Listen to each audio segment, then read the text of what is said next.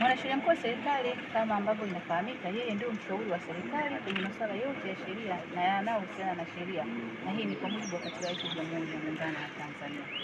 Sasa huwa anashirikiana na taasisi hizi katika kutekeleza majukumu yake. Lakini kama tunavyofahamu, kule kwenye zile serikali za mitaa tunawazungumzia wakuu wa mikoa, wakuu wa wilaya, na katika kutekeleza majukumu yao wanakutana na changamoto za wananchi wao walioko katika maeneo yao, na wamekuwa wakiwasilisha changamoto mbalimbali zinazohusiana na sheria. Kwa hiyo kwa kupitia hilo, Wizara ya Katiba na Sheria kama mnavyofahamu ikaanzisha hii Mama Samia Legal Aid Campaign ambayo ni Narusana.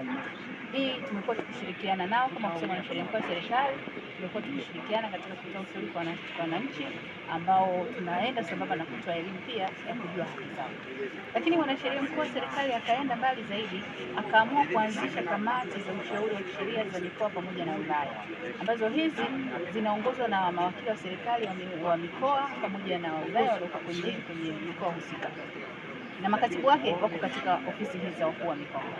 Kwa hiyo katika kusikiliza yale malalamiko au katika kueleza zile changamoto za wananchi, tukaja kugundua kwamba wako wananchi ambao matatizo yao hatuyamalizi kwenye zile kampeni. Wakati tunafanya zile kampeni, unakuta tatizo lake linahitaji kwenda zaidi, mwende mahakamani.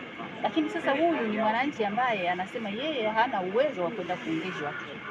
Tukasema sasa tunafanyaje ili mashauri yao yaende vizuri na waweze kupata haki zao.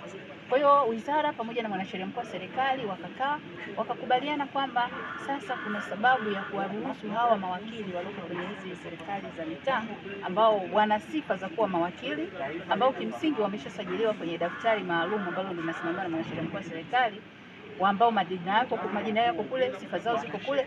Kwa hiyo wale ambao wana sifa watapewa hiyo fursa ya kwenda kuwawakilisha hawa wananchi mahakamani kama kuendeleza ule msaada wa kisheria ambao tumekuwa tukitoa kwenye zile kliniki. Lakini haendi tu, anaenda ikiwa tayari yeye ana sifa za kuwa wakili. Lakini kubwa zaidi ambalo litaangaliwa ni kwamba wakati wanaenda kuwakilisha hawa wananchi, lazima watachukua zile kesi ambazo hazitakuwa na maslahi au hazitakuwa na mgongano wa kimaslahi na serikali, kwa sababu bado hawa ni watumishi wa serikali.